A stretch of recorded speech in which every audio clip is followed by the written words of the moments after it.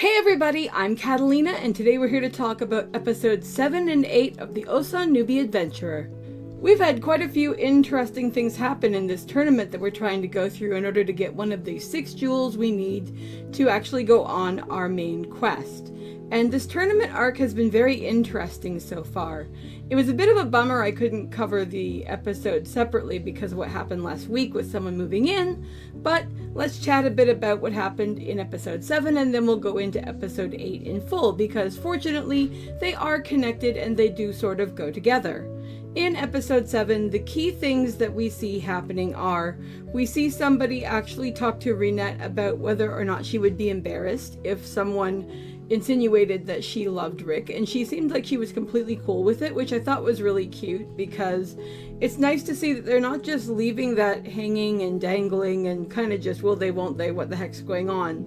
We also though see a bit of an indication that Rick might not just be into Renette but might actually also find Angelica interesting. I'm not necessarily saying that he wants them to get together or something, but he definitely seems to acknowledge that aspect of her, which is refreshing because usually guys in these kinds of series can be kind of dense and they kind of don't really understand what's going on. It's nice to see that Rick is at least somewhat aware of what he might be interested in because that's normal.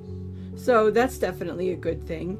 Aside from that though, the main thing that we see in this episode is how quickly Rick and the orc that taught him how to fight actually are getting through the preliminary rounds of this tournament to be able to fully qualify, because most people take months, but they do it in 4 days and 2 days respectively, which is of course insane and comedic gold because that's just not how these kinds of things work, and it makes a really interesting commentary both on the combat prowess of characters in this world, and also it kind of pokes fun at the idea of how long a tournament arc usually goes on in a traditional anime. So that was actually really interesting to me, and it was definitely something that made me smile. The other major thing that we find out in this episode is that Angelica is actually engaged to marry someone named Snape, which of course is a Harry Potter fan gave me a chuckle. And he's actually this cool looking snake guy, but I mean, like, it looks like he might be kind of shifty, and he's got this brother who is a red snake guy, and that guy is a prick. I do not like him at all. But yeah, that's going on. And the thing is, Angelica doesn't want to actually marry him.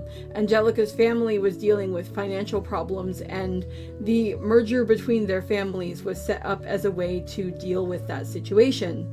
And Angelica wants to find a way to get out of the situation, and that is actually why she has entered the tournament. And I thought, okay, fine, whatever. So Rick is gonna fight to save Angelica. That's cool. But that's not what ended up happening, of course, as we all know. What ended up happening is that Rick is like, well, I can train you. And I love this because it's so cool that instead of simply being a means through which other people can resolve their problems, Rick, as someone who has spent a lot of hard work and time and dedication to actually going after his own dreams and objectives and goals, recognizes that while he could potentially solve the problem for Angelica, it's actually more valuable to teach her so that she can resolve the issue for herself.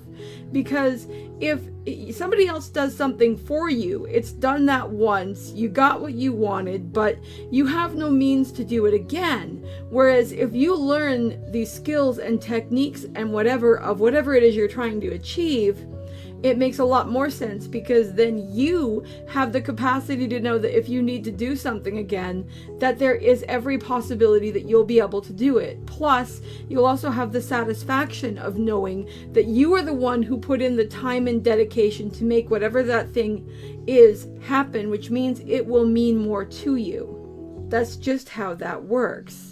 Episode 8 picks up where this left off, and we actually start seeing the rounds of the tournament go down. We also, though, before that, see Angelica's training with Rick, and I laughed so hard.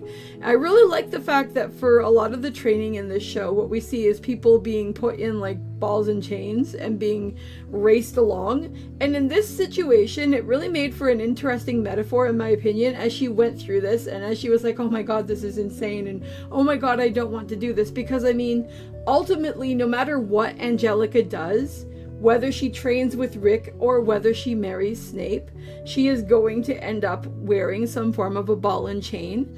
The question is it going to be the route to her freedom, or is it going to be the embodiment of her imprisonment? Because, I mean, on one hand, yes, she's literally wearing balls and chains as she trains with Rick and learns all this stuff and everything else, and it sucks and it hurts and she's tired and she's sore, and their training methods are deliberately insane and comedic.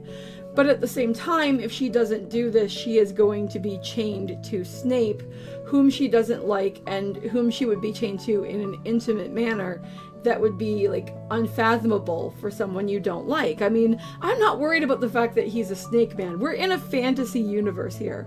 But the fact that she doesn't like him, that is an absolute hell no to me. So it's really crucial that she realized that the temporary pain she is experiencing now, even if it seems insane in the present moment, is infinitely better than a lifetime of unending misery with someone she doesn't love, because I can't think of much more miserable than being stuck with someone you don't love, especially in some kind of merger like this. I mean, that's just disastrous.